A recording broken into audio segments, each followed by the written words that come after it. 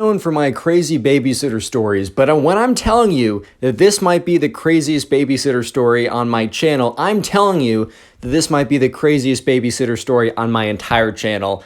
Skip the introduction, we're just getting straight into it. We're gonna call today's subscriber Brian. Anyways, right, so this all happened as like a normal day. Brian's parents were going out and they needed to hire a babysitter. You know how it is. Brian is like 12 years old or 13 or whatever. And an important detail that you gotta keep in your mind, because it can be very important later, he doesn't have a phone, but he does have his mom's phone number memorized. I remember back in the day, I did not have a phone for the longest time, but I always had to have my mom's phone number memorized.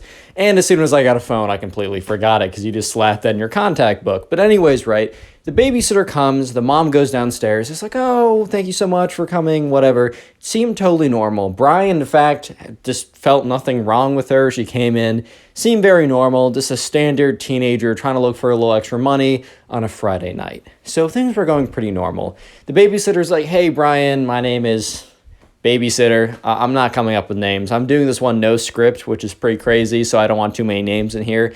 Anyways, right, the babysitter's like, hey, Brian, we're gonna I'm excited for tonight. We're gonna have so much fun. When's your bedtime? And Brian's like 8 p.m. 8 p.m. Yeah, I almost said 8 a.m. He's like 8 p.m. and she's like, okay, that's great. I'll go make something. If you want to watch a movie afterwards before you go to bed, let me know. Sounded like a totally normal babysitter night. Spoiler, it was not, or I wouldn't be making a video if it was. So anyways, right, Brian was in his room. I don't know, maybe he was playing Minecraft. Maybe he's playing with some Legos, shout out Legos, that just brought back like a nostalgia rush for me. And he hears the babysitter on the phone. And he can't exactly hear what, she's saying because, she's downstairs, she's making food, but his bedroom happens to be right above the kitchen. It's just one stair down or one floor down. But he does hear kind of like her voice kind of sound like she's disappointed or talking kind of loudly. And then all of a sudden, she gets off the phone and then he hears Brian, and there's the babysitter calling down for him to go downstairs. So Brian kind of just assumes that she's calling downstairs because, dinner's ready or something. So Brian walks down the stairs and he notices that no, dinner is not ready. In fact, the babysitter hasn't even started dinner yet. So he's like, okay, maybe the babysitter is wondering what I want for dinner and she's asking me. No, the babysitter says, hey, Brian, we're going to go on a little bit of an adventure. And Brian looked at her pretty confused because the itinerary for the night was eat some good food, watch a good movie, and then sleep time, right? There was no adventure in that itinerary, right? But anyways, he kind of goes along with it. He's like, oh, okay. And she said, okay, you're going to come with me. Follow me. And Brian immediately gets a bad feeling about it. Little disclaimer, if a babysitter comes to your house and tells you to get in their car for an adventure, I repeat, do not do it. Brian just happened to do it, and that's why the story is interesting. But anyways, babysitter says, hey, come with me. So they go outside, and Brian notices that the babysitter seems to be walking towards the car. And he's just so confused at this point. And she gets in the front seat, and she motions for him to get in the back seat. And he kind of hesitates for a second. And the babysitter is very insistent. She says, come on, adventure, it's going to be fast. And Brian is like, okay. So he gets in the back seat, and she starts pulling out of the driveway. And Brian kind of looks around as, they're starting to drive down the road, and he asks, so, what's the adventure? And she says, well, it wouldn't be an adventure if I told you, Brian, right? And Brian kind of just looks at her like, ma'am, that is not a satisfying answer. But anyways, he just goes along with it. And they're driving, and they're driving, and they're driving for at least 10 minutes when Brian asks again, what's the adventure? And she kind of snaps at him a little bit. She's like, you'll see when it happens. It's an adventure. I am not spoiling it.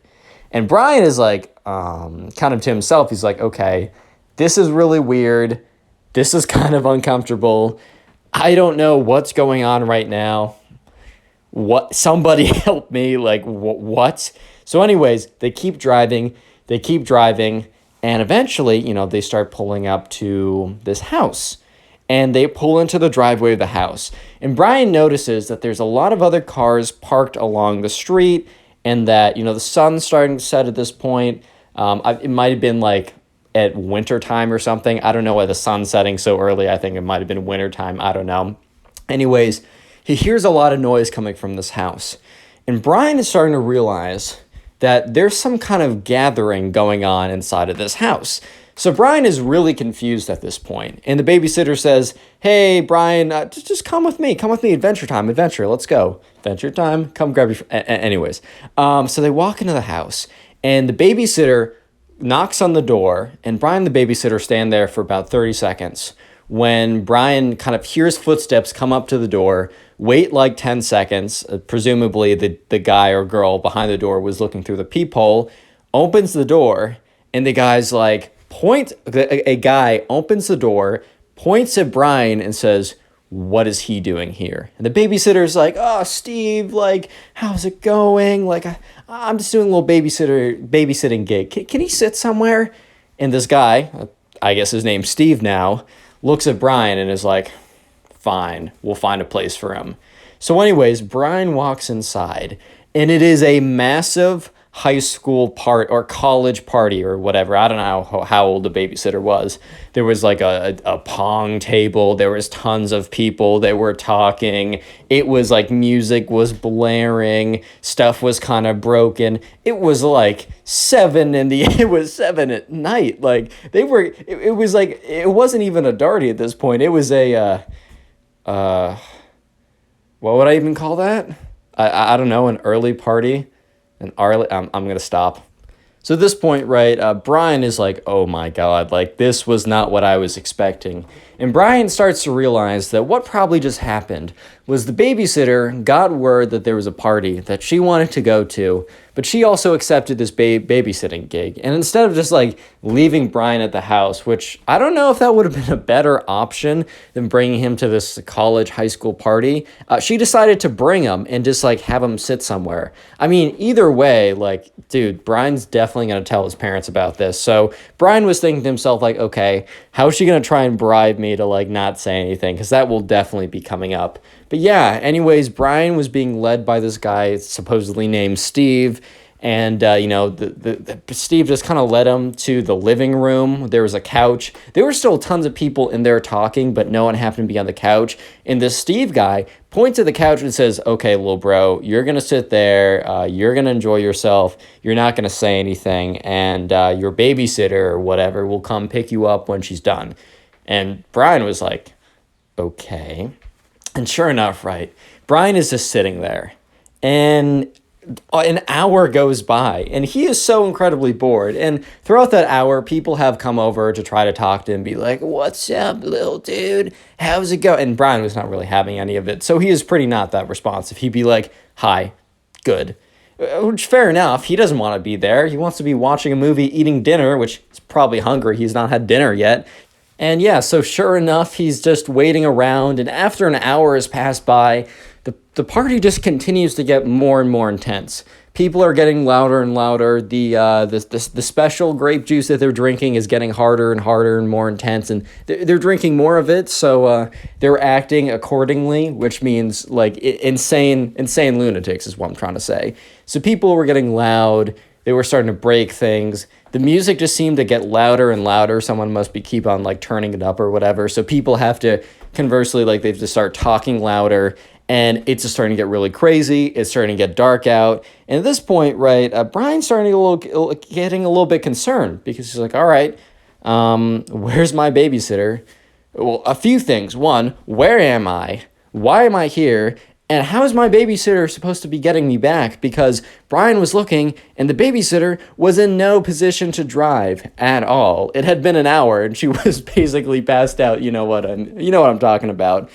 And this is when Brian hears something that he just realizes that this is going really, it hits the fan when this happens. Brian's sitting there. It's about an hour and a half into the party. Things are getting crazy, and he hears police sirens. Real quick, if you could comment party down below, Party, That's the secret word of the day. I'll try and heart a bunch of comments that say that. I just want to see how many people make this far into the video. And if you want to help me get back in the YouTube algorithm, thank you for letting me take a little bit of a break, but we got to work a little bit to get ourselves back in there. But we've done it before a billion times. I know we can do it again. Just binge watch these videos. Like, just watch a bunch of videos in a row. Maybe you're playing some video games. Maybe you're cleaning your room, doing art or whatever. And then if you're doing that, please comment down below, hey, I've watched X number of videos so far, or I'm going to go just let me know in the comments so I can say thank you. And yeah, also go follow my Instagram up on screen. That's where you submit stories. And let's get back to this because it's an interesting story.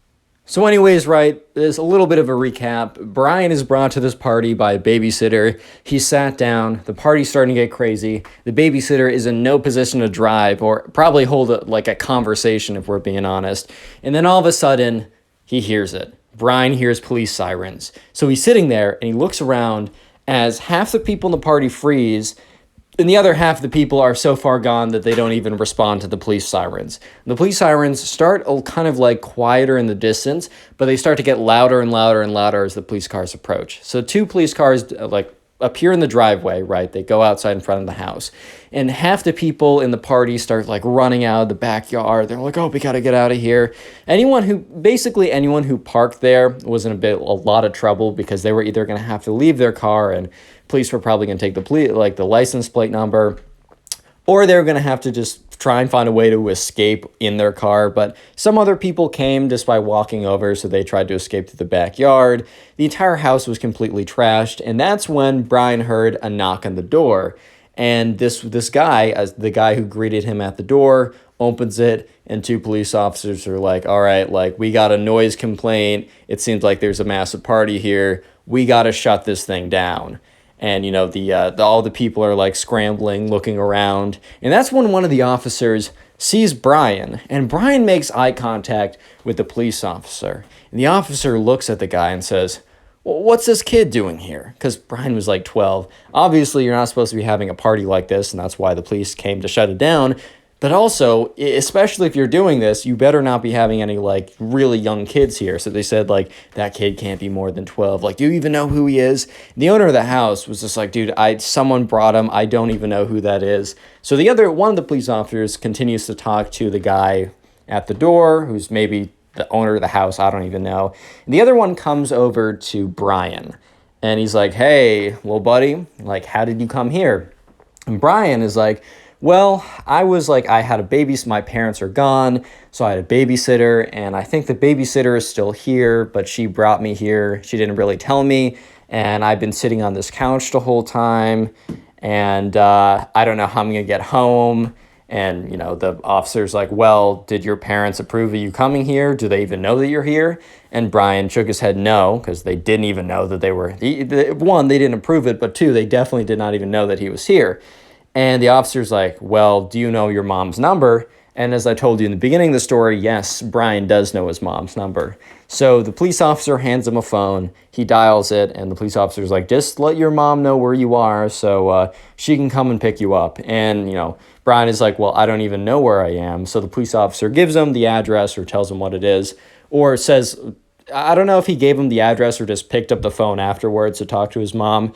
Brian conveys exactly what happened. His mom is freaking out. She's like, that's insane. That's ridiculous. Brian, are you okay? Is everything all right? I'm coming over right now. Don't go anywhere. Stay with those officers. They'll keep you safe.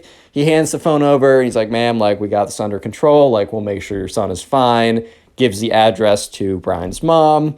And sure enough, right, Brian's mom comes within 20 minutes. But before that, the officers say, hey, who is your babysitter? Can you point her out?